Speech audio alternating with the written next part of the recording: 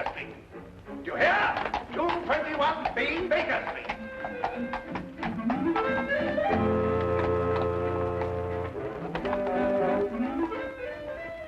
And you're an idiot, too.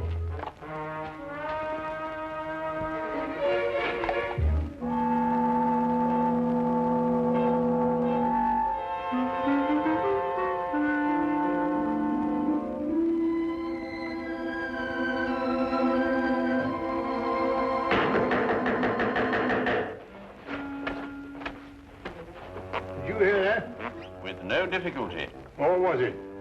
Well, according to my deductions, I should imagine that someone is at the door. Oh. Well, Watson, won't you see who it is? No, well, I should. All right.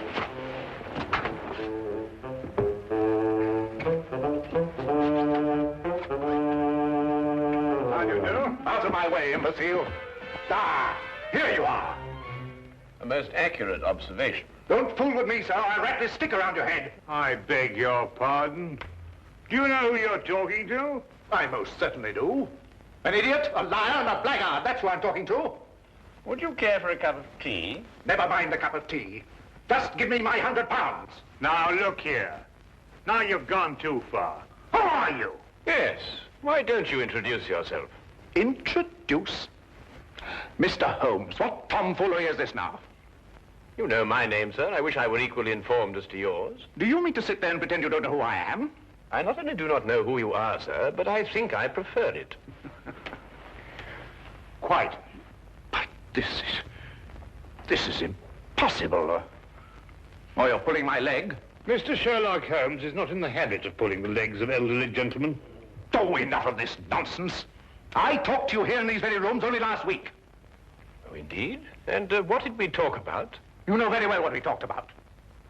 I informed you that several attempts have been made on the vault in my home. I asked your advice concerning a safer place for the family jewels, securities, and other valuables. Oh? And what was my advice? Don't you remember? You said that thieves never look in the obvious places for valuables. They only look in the places that are not obvious.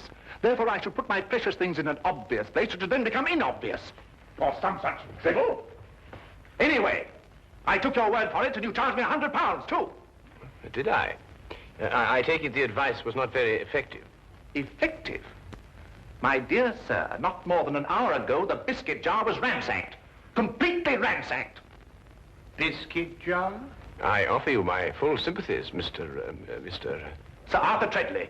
Oh, Sir Arthur. However, the loss of your valuables represents only one crime in this pattern. What do you mean? The first crime committed was a very clever impersonation of myself. For last week, when we presumably were holding our rather unusual discussion, I was in Brighton with Dr. Watson. Yes, we had sort of a holiday. Gone the entire week. Very enjoyable, eh? Are you certain? There can be no doubt, sir. Then I talked to... An impostor. But he looked exactly like you. It's interesting, eh, Watson? What did I look like? You were in Brighton. We both were. Well, this is the most amazing. It certainly is, sir. I hardly relish the thought of a stranger wearing my slippers and smoking my pipe. Not to mention the fact that he's traded on your name to achieve his own illegal ends. Well, I see that I can hardly blame you, but still, something should be done about it. Something shall be done about it, sir. This impostor must be apprehended. You should report the matter to the police. Oh, no, I think you can trust Sherlock Holmes. This Sherlock Holmes. Good. Here's my card, sir. Please contact me as soon as you've uncovered the scoundrel. I should very much like to meet him, face to face. Exactly my wish, sir. Good day, then, gentlemen.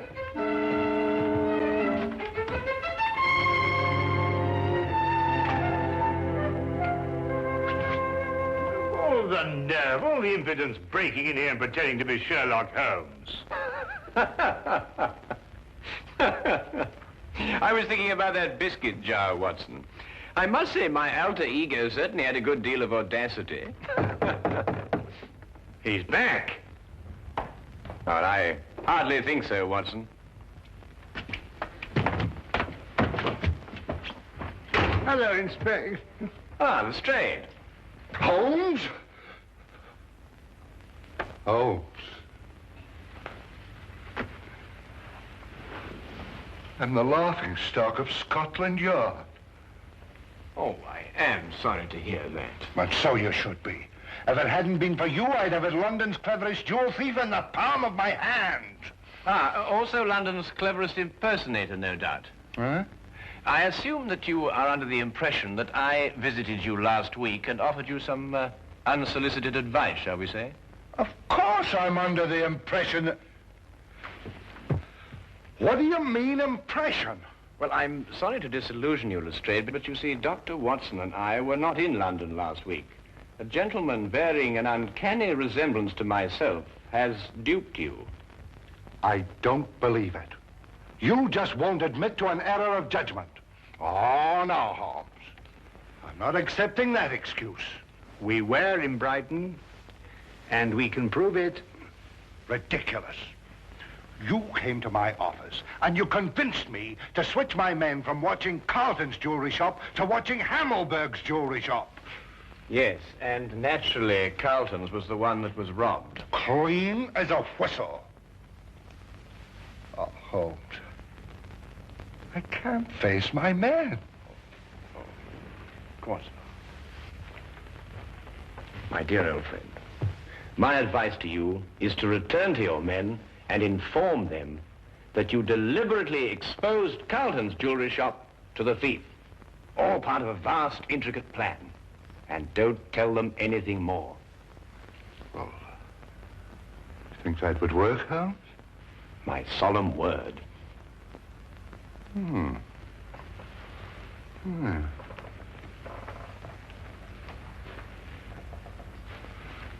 do that, Holmes.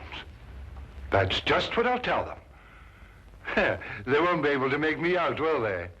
No. You will continue to be a puzzle to them. Yes. Oh, thank you, Holmes, thank you. Oh, by the way, you weren't serious about that impersonator, were you? Quite serious. Ridiculous.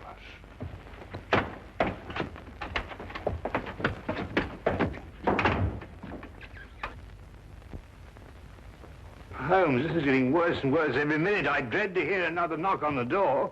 Well, I think our man was busy enough for 1 week, don't you, Watson? Well, I hope so. Well, what are we going to do now? Well, to catch an impersonator, it may be necessary to bait the trap with a piece of imitation cheese. What? I say, Holmes, must we continue with this ridiculous act? Absolutely essential. Well, I don't feel very dignified. Dignity is not the issue, Watson. It is justice and revenge. How long do we go on for? Well, until the right man calls on us. Look here, we've already seen dozens of diplomats and reporters. Are you sure none of them was the right man? Quite sure, Watson. But I have every confidence our man will call on us before very long. Sooner or later, he must see for himself the fabulous Maharaja of Gandor. And to say nothing of the Maharaja's fortune in jewels. Well, I wish I was still plain Dr. Watson. Mr. Hadley Bellingbrook of the London Weekly News desires an audience with the Maharaja. Very well, ask him to wait for a moment. That's all right, Watson.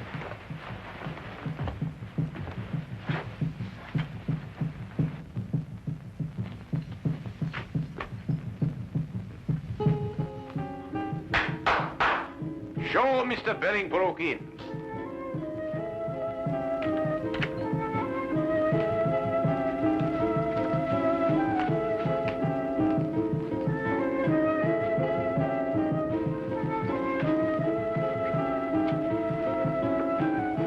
I am Afantur Man, the Grand Vizier to the Maharaja. We welcome you. How do you do? Please to follow me. The Maharaja of Gandor, Mr. Bellingbrook. Would you state purpose of visit? Well, I'd like to get an interview with the Maharaja for my newspaper.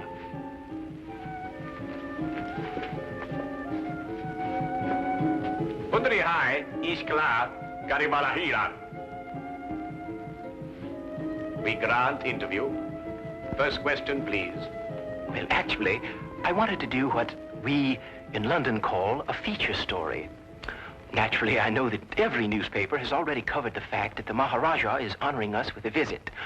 I thought, therefore, that we might have, well, just sort of an informal chat. Very interesting. Very interesting. We grant an informal chat. Thank you. Your Highness, the population of London has heard a great deal about your jewels. I wonder, would you tell me what their value is? You may say for publication that the Maharaja's jewels are worth well in excess of £500,000. I see. And would the Maharaja consent to reveal to us just how he protects such a vast fortune? The Maharaja retains 30 men whose sole task it is to guard the vast wealth. Very interesting. Yes, but it is not the fear of theft that disturbs the Maharaja. Oh? May I inquire just what it is that disturbs the Maharaja? Mr. Bellingbroke, we are faced with a delicate situation. May we take you in our confidence? Oh, yes, of course. Well, the truth is that the Maharaja's daughter is in love with a young Englishman. I had no idea. Oh, it is all too true, but we are plagued with doubts. Doubts? Yes. We would like to know if the young man is sincere in his affections, or, as you might term it, is he a fortune hunter? So you see, to most men, £500,000 is a fortune. That is a serious problem. Indeed, we would ask you in the greatest confidence if you could recommend to us a private individual who could carry out some discreet investigations into the young man's background and motives, huh? Have you not heard of Sherlock Holmes? Sherlock Holmes? No. The name falls strangely on our ears. I assure you, sir, the man is a master in matters of this nature. Then perhaps he is the one we seek. I'm sure he would be delighted to assist you. However, he is quite busy. I can't say exactly when he will be available. Then perhaps, you could manage to have a word with him and persuade him to give us an interview. Indeed, I shall. I will inform you the moment that he's in a position to accept the Maharaja's problem. We will be present when the time comes. You have been of great assistance. Already you have lightened the royal burden. You will find Mr. Holmes most helpful. There is no secret, however intimate its nature, that you cannot entrust to him. Oh, indeed, indeed. As we say in our country, a wise man is a quiet man. Oh, most true. And now, may I ask the Maharaja another question? No, please, please. The Maharaja is fatigued with the interview. The Maharaja bids you good day. Oh, yes, of course. Your visit has been most pleasing to us. Good day, Mr. Bellingbroke.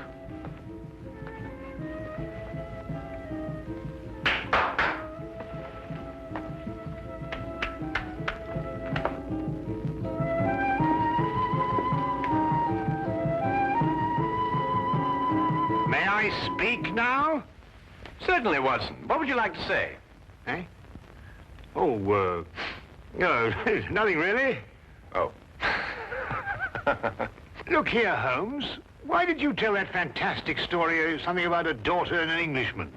Well, you're aware, of course, that Mr. Bellingbroke was not a member of the press. Oh? Seemed legitimate enough to me. Hardly. You see, there were no signs of the true journalist about him. The seat of his trouser was not shiny from constant application to a chair, nor were the elbows of his coat shiny from constant application to a desk. Yeah? His spectacles were mere props, being made of plain glass. Plain glass? Good Lord, how did you determine that? Well, Mr. Bellingbroke is nearsighted. It was quite evident from the manner in which he took those notes that the glasses were no use to him whatsoever. Oh, I see. All right, then, granted Bellingbroke isn't Bellingbroke. Well, who is he? I mean, he doesn't look very like you, does he? Well, that's true, Watson. I think we shall learn more about our mysterious friend when he arranges that interview for me with Sherlock Holmes. Yes, I believe he resides at 221B Baker Street. A charming man, too, from what they say.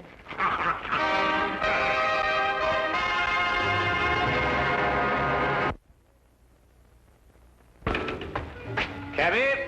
I say, Holmes, you did say we were just going through the motions of leaving the city. Yes, correct. But, well, where are we actually going? Well, straight back to our rooms at the hotel, where you will get out of your clothes and resume your instant characterization of the Maharaja of Gandor.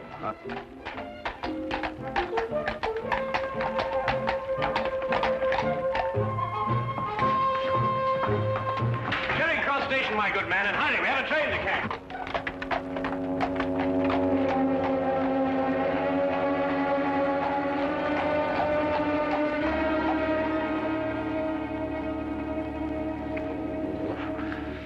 I wish they wore bowlers. Yeah, let me help you. Mr. Bellingbrook has arrived. Ah, show him in.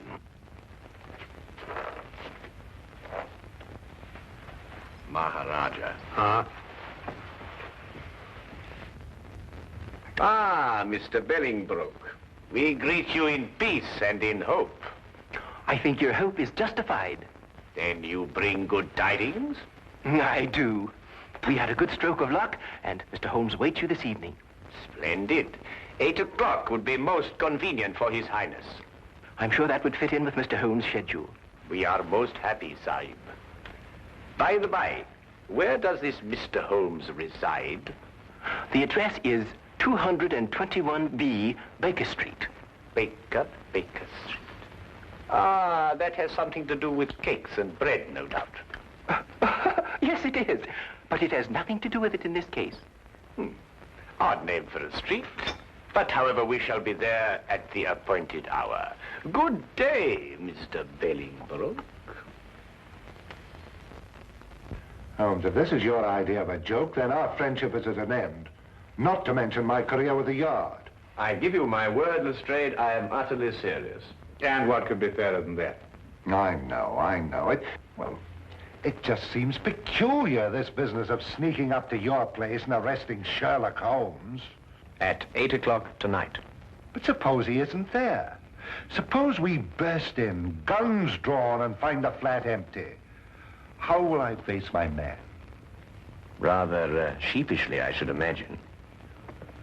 Look, Lestrade, the impostor is using our flat because he thinks we've left the city. Yes, I know. But it will be a tremendous fillip for you, Lestrade. Your name will be on the lips of every man, woman, and child in London. Every man, woman, and child, eh, Holmes? All right, I'll do it, Holmes. I'll do what you ask. Wilkins? Yes, sir. Have Hennessy and Clybourne report here at 7:30 tonight. Yes, sir. Oh, and you'd better be here, too. Very good, sir.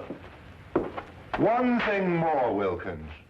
If anything goes wrong tonight, you know with whom the responsibility will lie? Well, I hardly like to say so. You're in enough difficulty as it is, sir.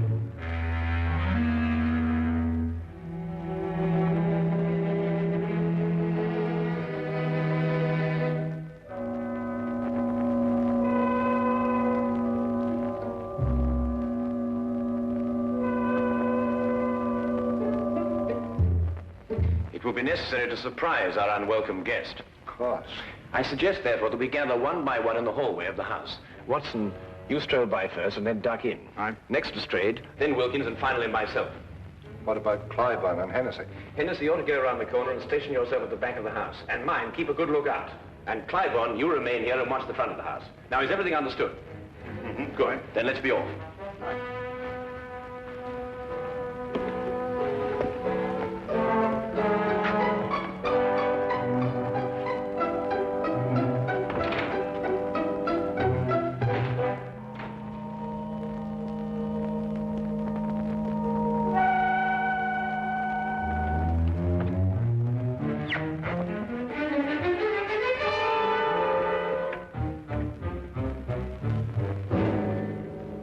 Good evening.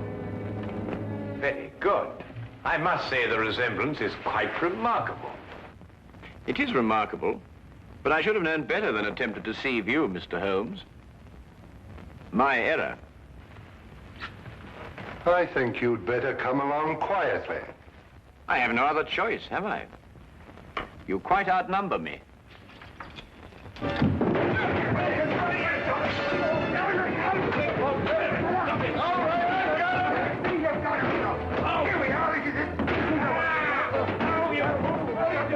Fools! You've got the wrong you don't. We've had enough of your tricks. Lestrade, Watson, he's getting away. Let me up. Let you up, give you another chance to escape, more likely. You're pardon me, gentlemen, but I believe you're sitting on the real Mr. Holmes. What makes you think so, Wilkins? Well, if he's the imposter, where is the real Mr. Holmes? Yes, of course, you idiots. The real Holmes would run away. There should be two of us. Oh, my goodness, he's right. I'm most terribly sorry, Holmes. No time for all that now, Watson. Please, come on.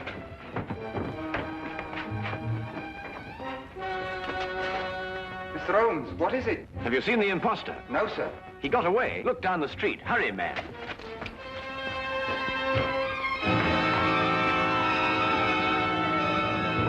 Don't move. Cliven, what are you doing? Why, Mr. Holmes just told me that the imposter... Oh, my goodness. Where did you see him, Cliburn? Right at my post. I don't know which direction he took. Well, he can't have gone very far. Yeah, what's that, Watson? Why, it's Putty. Mr. Holmes, Alfred. how did you get here so quick? Alfred, where was I when you last saw me? Right, down the street quite a way. And which direction was I going? Don't you know, sir? No, that's why I'm asking you. Tell me quickly. Why, it looked like you was cutting over the red line. Thank you, Alfred, for your assistance. I said hello, but you acted like you didn't even know me.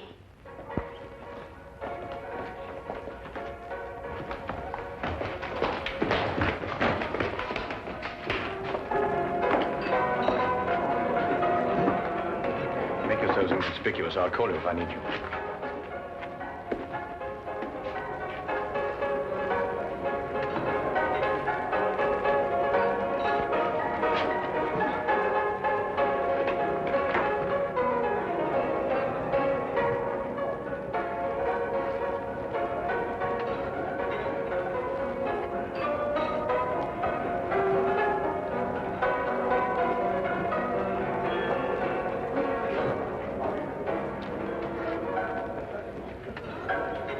Meet again, Mr. Bellingbrook. I beg your pardon. Disagreeable stuff, Putty, isn't it? The way it sticks to everything. Your hand at cut. No, I wouldn't advise you to do that. There's no point in trying to run away again. You see, there can be no possible confusion between us this time.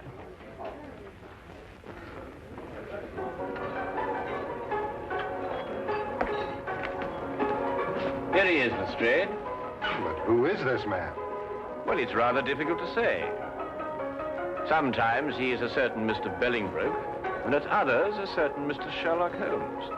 But at all times he is a superb master of mimicry and disguise.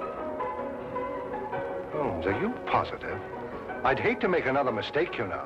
Have no fear, Lestrade. You will discover on his person the putty with which he remodels the features of his face. And you may also undoubtedly discover that at one time or another, he was a more than competent actor.